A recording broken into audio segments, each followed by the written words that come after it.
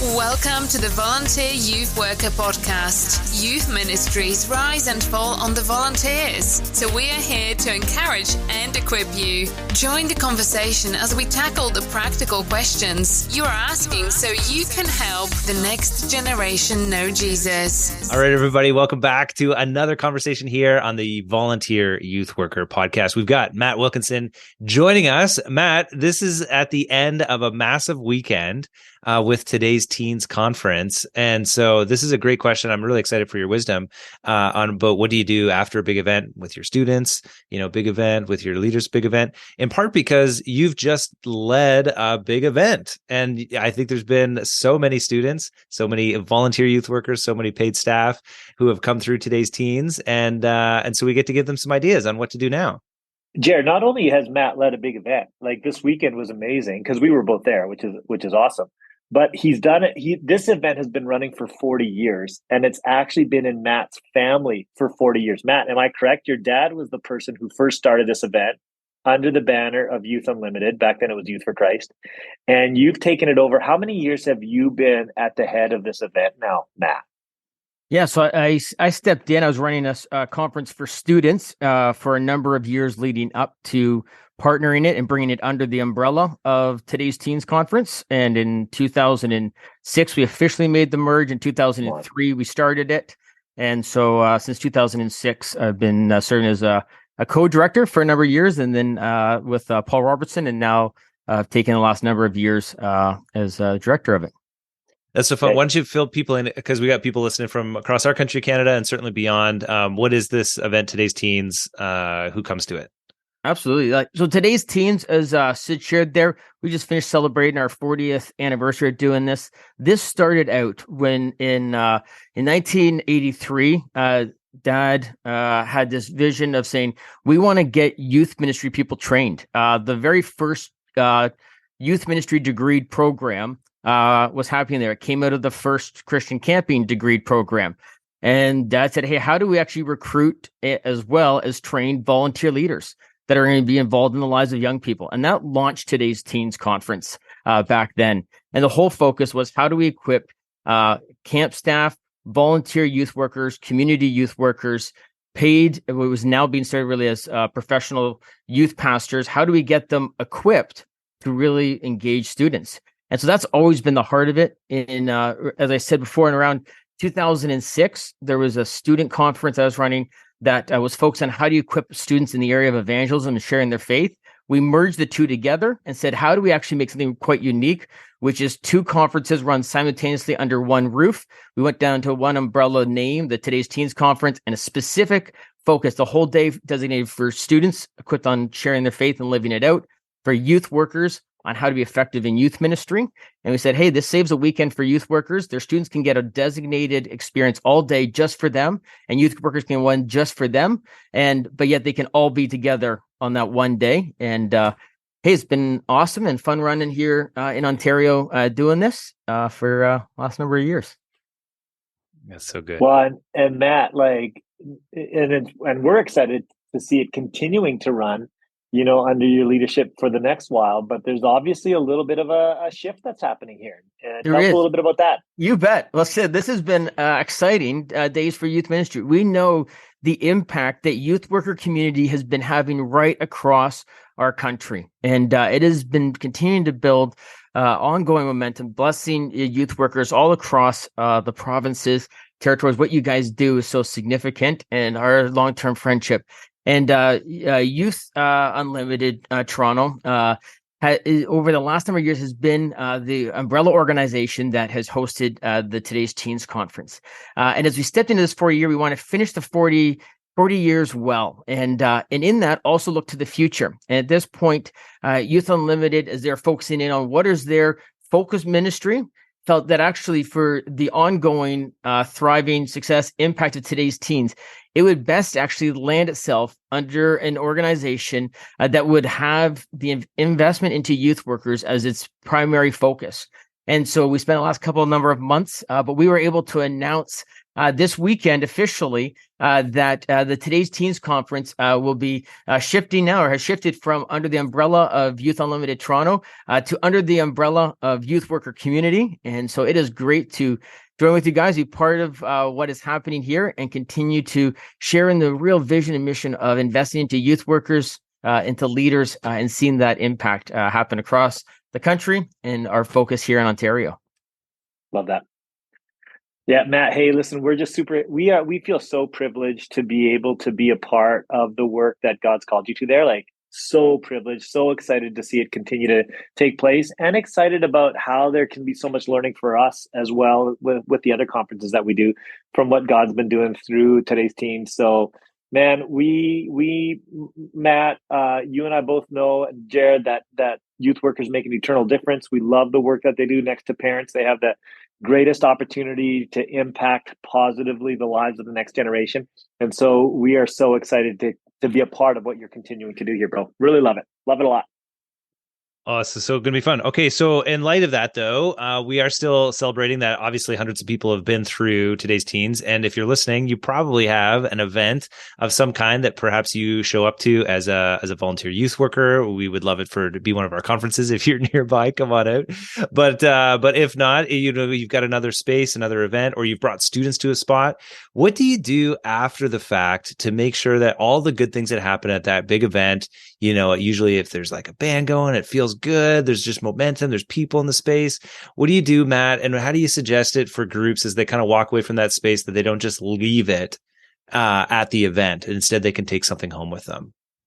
Yeah, well, if you're at an equipping event, a large scale kind of equipping, training, gathering like this, one of the things that you walk away with is, I think that I just drank from a fire hydrant, and you're like, this was unbelievable. There's so much I took in, and you can get overwhelmed with it. You're also energized like crazy of like, I'm going to change the world and everything's going to be good and this kind of stuff. And that's awesome. And that's a momentum builder, and that's encouraging, and people are engaged and wanting to step into this.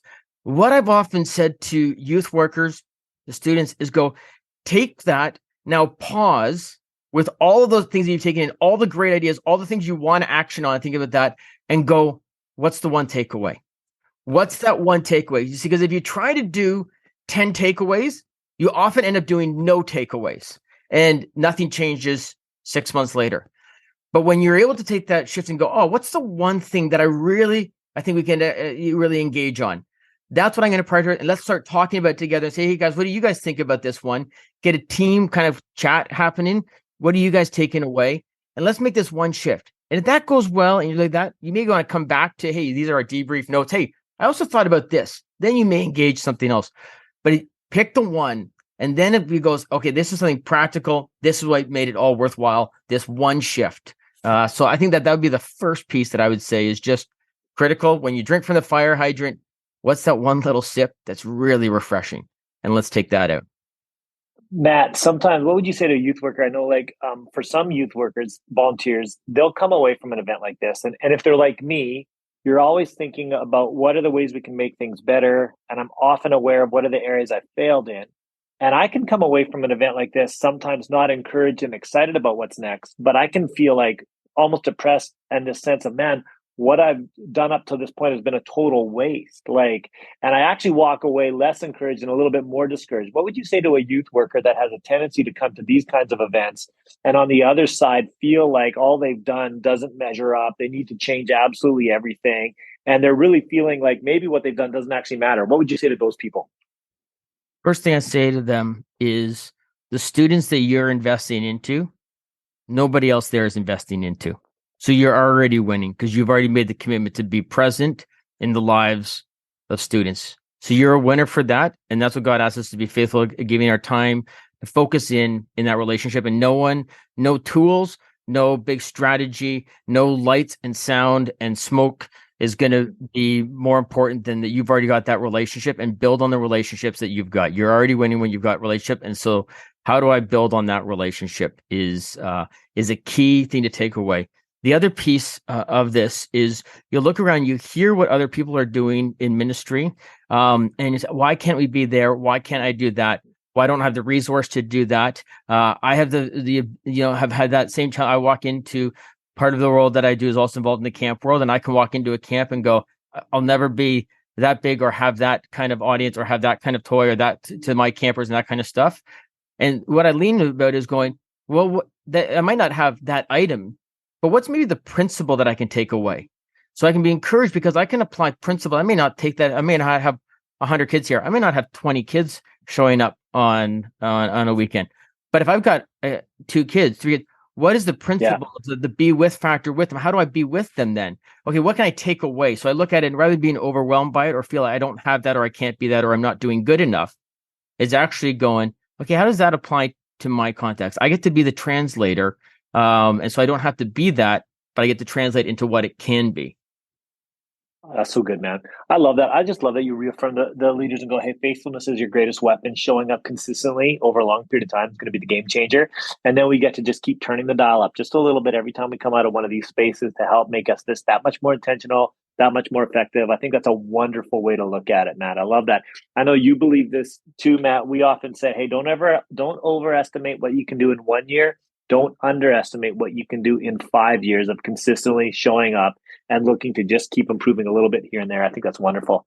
Love that. Love it. Great. Matt, do you have a last minute idea for students? So you got students coming out of the event as well. If you're a volunteer, it's volunteers that are listening, so it's students aren't necessarily listening to this podcast. But what would you say as a volunteer when you're noticing, I'm noticing good things from my students from this event? What do you do after the fact to encourage that or support that? Yeah. Well, this is the great part. As a volunteer, this is the open door, easy, low-hanging fruit to be a great listener. This is a chance to empower students. Let them speak to you about what are they taking away. Help them not be the same questions we just talked about. How do they not be overwhelmed? How do they not feel like they're not good enough for something? How do they feel like everybody else has got it together and they're not anything? They're not able to produce something. To find out what is their one takeaway that's going to make it meaningful, that this day that I spent here, helping them go, oh, this is what's going to make it meaningful. And then you come alongside and go, how do I resource you on that? That's one of the great things is instead of taking their idea and they say, okay, I'm going to go do that for you, is the whole idea is walk with them, go, how do I mentor you? How do I coach you? How do I get the resources so that we can do that, so that you can do that, so that you can make that shift and allow them to drive the conversation. But your role gets to be, we ask good questions. And so rather than trying to be the answer person, they've heard a lot of answers. They've heard a lot of things in that day. The thing is help drawing out with them questions and that they get to do a lot more talking. You get to do a lot more listening. It's an open door to say, hey, we're going to go for a Coke. We're going to grab a coffee. And it gives another reason to say, hey, outside of the program, I want to get maybe a couple of them, 2 or 3 of them, get them together for coffee together. So they start bouncing the ideas off each other. And you get to be the facilitation part. And all of a sudden they're like, I've got an adult who believes in me. They want to hear my ideas. And that a kid knows I belong, I matter, and I have an opportunity to do something. And I got someone in my corner. That's what we can do as youth workers. I love that so much. Well, listen, it's certainly going to be a fun journey to be able to partner together in the future with today's teens. We are so looking forward to it. As we wrap up this conversation and we send people out, any last words? I'll start with you, Sid, and then I'll end with you, Matt, and we'll get out of here. Hey, I just think, first of all, for those of you who gathered at today's teams, I just want to say thank you so much. And point leaders, if you've invested in bringing your team to an event like this, that's just not wasted time. Volunteers, I want to encourage you to continue to find spaces where you can get together, where you can be encouraged and equipped to better disciple the kids God's placed in your care, because what you do matters so much. It's so worth the investment. And I want to say thank you to you for making it. And we hope that you will continue to find spaces where you can do that. We sure appreciate you. And Matt, the way that you have continued to serve the youth ministry community for the last number of decades, we're praying that God will continue to move you to do it for the next number of decades. And we're really thankful to be a part of the journey with you, bro. Really appreciate it. My friends, this is what we get to do. This is kingdom building. It's partnerships coming together. It's seeing the great years of today's teens under Youth Unlimited, the belief in Youth Unlimited and what's happening with youth worker community, and saying we're in this together. I'm looking forward to the years ahead with you guys in today's teens conference. Youth workers, this is an incredible example of what it is to work with the churches down the road from you. The idea that we are in this together for the kingdom's sake, and it is a joy to see what it is to encourage one another and to know that the Lord loves us and he loves when we invest into his kids.